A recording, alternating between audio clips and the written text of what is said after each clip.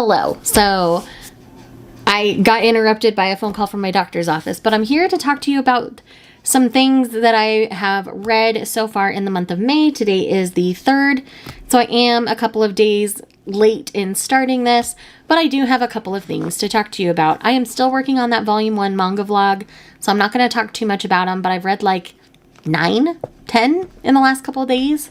So you're going to get lots of volume 1 content coming very soon your way. So let's talk about the 2 books that I've completed. So I read the little Novella 8 by Ruthie Adams, and it was really, really cute. It's about a woman who's celebrating this big moment in her life, and so she hires a private chef to come in and cook for her and her best friend. The best friend ditches out last minute, so it's her and the cook, and the original cook that was supposed to come couldn't come, so it ended up being an owner of the company instead. And their dynamic is really sweet and really fun. You feel the chemistry, you understand how they get to their hookup, and it's just very short and kind of about that one night. And then there's a little follow-up with them a little bit later and about how they're going to continue to go on dates. It's very sweet, very cute, very steamy. And again, just really fun. I mean, I read it in about an hour's time, maybe. It didn't take me very long to read. I don't remember exactly how long. But yes, I really enjoyed that one. Definitely going to pick up more Ruthie Adams. I'm way behind on the train for Ruthie Adams. So yes. But the big thing that I've finished since we last chatted is an arc that I received from work. This book technically came out in May, and I've just been hanging on to it way too long. And that is What Happened to Ruthie Ramirez by Claire Jimenez. In this book, we're following the Ramirez women in the family. Quite a number of years back, the middle daughter, Ruthie, disappeared. No one knows what happened to her, and all of a sudden, I believe it's the youngest. Yes, the youngest one looks on the TV on this reality show and swears that she sees her sister going by a name Ruby instead of Ruthie. And so it's about these women going on an adventure to see if it's really Ruthie. And this is definitely a family drama. We see what is kind of going on in their family dynamics from the point where Ruthie disappeared. And you do get the answer to what happened to Ruthie Ramirez. This is not a book with a happy ending at all, in any way, shape, or form. And I'm not going to lie to you and say that it is. This is literary fiction in every way, shape, and form. This is a family saga, and this was a debut that was wholly beautiful. The writing is absolutely stunning. The last chapter of this book, I have a feeling, is going to live rent-free in my head for a very long time. The fun and shenanigans are there. If you're sensitive to cussing in books, this one, they did not hold back at all. They are from the Staten Island area, and people around there cuss. And I think it's very authentic and genuine in that way. This one I'm going to give, I think, a 3.5, maybe a 4, because I think I'm going to give it a 4, because the writing truly was beautiful, and parts of this book will stick with me. But this book was also hard to read at times because of what we do get perspectives of Ruthie from the day she disappeared. So you do get to see how that last day went for her. That last day that we know anything about her. And when you get the answer, it sucks you in the gut. You can kind of see it coming, in my opinion, in a way. And it hurts. It hurts a lot. And this book is all about family and healing and dealing with loss and grief and all sorts of things because they don't know what happened to Ruthie. And yes, I cried at the end of this. It is such a good book. Again, this book was a little over 200 pages, so it's not a long commitment by any means, but this book is definitely not going to be for everybody. The emotional impact of this is definitely not going to be for everybody. There was a lot going on within this book. There are some triggers, so definitely check your triggers. I'm going to try to make sure my Goodreads review has the triggers, but mostly we're going to talk about sexual assault not on page, And obviously the things that happen to Ruthie that would be spoilery and I can't really share. But yes, when it comes to this book, it's funny because after I finished, I went and looked at the Goodreads reviews, and a lot of people were like, oh my gosh, I can't do this because they cuss so much. And I'm like, clearly you live a very sheltered life if you think people out there aren't going to cuss. Yes, it is pretty frequent throughout the novel, but honestly, it could have been way worse, in my opinion. So it didn't bother me too much. And again, I think it's going to be a 4 because, like, the writing that is not dialogue is stunning. Oh my gosh. And I feel like the dialogue is very authentic and very genuine, so I'm not trying to downplay that at all. But there are some passages in here that are absolutely beautiful, especially that last chapter. Ugh, the way it's written socks you in the gut so hard. But yes, this book is beautiful. And if you're looking for really good writing and trying to step into literary fiction, and, you know, maybe you read mysteries or thrillers, this, I think, would be a good fit for you. I would not be surprised if people put this on the Goodreads Choice Awards for mystery instead of for fiction, even though it's technically literary fiction. But I loved it. I just loved it. And would definitely, if this sounds appealing to you at all, I would definitely recommend picking it up because I feel like Claire Jimenez is someone that I'm definitely going to seek out in the future. Again, this is her debut and I cannot wait to see what else we get from her. So that is all for now. My current audiobook, I'm also reading on ebook as well, and that is Kyland by Mia Sheridan. There are some things about this one that I'm already not really loving. I mean, I'm about halfway through and we're still in their high school age romance. We haven't gotten to their adult romance yet. So we're spending a lot of time with them as teens. So I'm not as comfortable with that, but it's going to be really interesting to see how things go in this next portion of the book. I am intent to finish it because I am such a Mia Sheridan fan. And the story that they're telling, I feel like it's not breaking rules and going too far yet. So that's kind of where I'm at. Again, I told you guys I was going to focus on arcs that I have. So Ruthie Ramirez was the first one. I need to now go pick out my next one and see what I want it to be.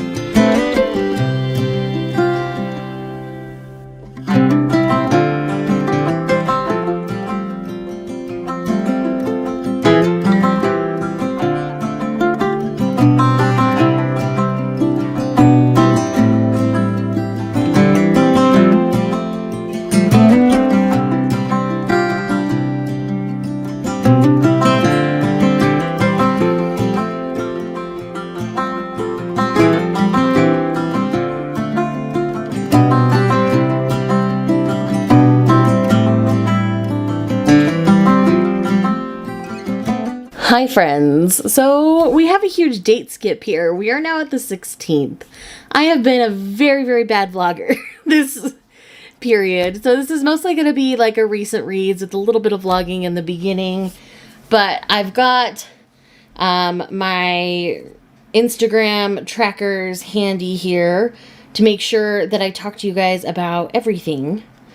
Because I am paranoid about not talking to you about everything. So let's start with The fact that I finally finished the volume 1 vlog, that's all done. That's the most of what I've read in this first chunk of the month. So I'll leave that linked in the corner. So manga wise, that's a good chunk of my reading. One thing that wasn't in that vlog that I considered putting in was an arc that I had of the manga of Dark Hunter by Christine Feehan. Now, this is a book turned to manga situation. I'm a big fan of the series. I know it's not going to be for everybody, so that's why I'm just going to put it out there that I read it. I really enjoyed it. If you're a fan of Feehan's work, I think that's one that'll work nicely for you. I do have 3 other volume 1s that I got read because they were arcs, so I'm going to quickly talk about those.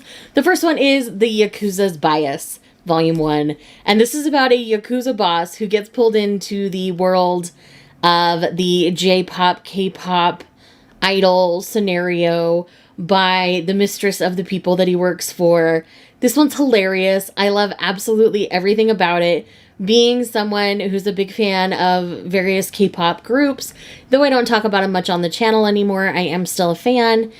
This was just so relatable. So if you're into idol culture at all, I highly recommend picking this one up because it is hilarious seeing these grumpy, scarred men fall in love with various idols. And it's adorable. I love it so much. And the idols are just really cool about it. Like the way they interact with them. It's really fun. The next one is Love That's an Understatement. And this is just a really cute, really sweet shoujo. It's based in high school, giving me the vibes of like Imakoi and Honey So Sweet. So that one where they get into a relationship fairly quickly, but the circumstances are kind of funny about it, and I just love it. I do. It's super cute. It's my thing. I like it. Another one that I read, the last volume of manga that I've read, other than that volume 1 video, and that is How to Grill Our Love. I was making sure I got the title right. This is a new adult romance manga. I want to say it's josei, but I'm not 100% sure. Has the slice of life vibes, but it's about these 2 adults who are both a little awkward in their own ways when they're dating, and they end up having a lot of chemistry, and then the guy finds out he's getting transferred into the country for his work. And so the woman that he's dating is like, well, why don't we get married? We don't want to break up, but long distance is hard, so let's go ahead and be married, so we're committed to each other. And so it's kind of their, like, marriage of convenience situation and working out being newlyweds while still not knowing each other that well. It's super cute so far. I'm really into it. This is a trope that I just like. Like, I love Fly Me to the Moon, but these ones are older adults, like working adults, not in college. So it's a little bit different, but I absolutely adore it. It is so cute. I hope this one, I don't know if this is a digital jail one or not. I forgot to check. I know we're getting the Yakuza's Bias physically, but I don't know about the other 2. But I just love it. It's so cute. Like, it just made me going, oh, this is adorable. I love the early stages of dating. It's so fun. But it all centers around barbecue because he's kind of like a barbecue otaku, or like someone who's very passionate about barbecue. And it's really cute to see him get all worked up about it. And that's part of what she likes about him. So it's really sweet. I really enjoyed it. So yes, definitely gonna have to have you check that one out. So, book-wise, I talked to you about 8 and What Happened to Ruthie Ramirez already, and I started talking to you about Kyland. So it took about 60% of the book before we got into their adulthood. So this one was not a new favorite Mia Sheridan for me. It's fine. It didn't necessarily do anything wrong. It still has Mia Sheridan's great writing, but I needed more time with them as adults, not so much as kids. I would have just appreciated some key flashbacks and worked on working through things as adults more personally. I understand the reasons why she made the choices she did, but that doesn't mean I agree with them. So this one is my lowest rated Mia Sheridan to date. I only gave this one 3 stars. That doesn't mean it's bad. It's just not what I'm used to seeing from her, which is why it's a lower rating. So yeah, that's where that is. The next one I've got here is Pretend You're Mine by Lucy Score. Now, this one, I have to be honest, is my favorite Lucy Score I've read to date. Now, I think the reason why Pretend You're Mine worked better for me, one, it's a fake dating trope. I always get along with a fake dating trope. There's mutual pining going on here, and forced proximity. It has a lot of my favorite tropes going on. But the other thing is their ages felt more appropriate to what was going on within their, like, the decisions they were making within their relationship. We'll put it that way. Because things we never got over, some of their decision making was a little juvenile, and that was my biggest problem with By a Thread. And those are the only other two Lucy score I've read so far. So this one by far is my favorite. She's like late 20s, he's early 30s. So they're in that age range where, yeah, you sometimes still make boneheaded mistakes, but you own your mistakes, where in the other books they didn't so much. So I really appreciated that about this one. I ended up giving this one 5 stars. I really enjoyed it. Again, my favorite Lucy score to date. Fight me all you want in the comments, but that is just my opinion, and that's what I'm out here on the internet doing, is giving you my opinion on things. So if you don't like what I have to say, I'm sorry. That's just the truth of it.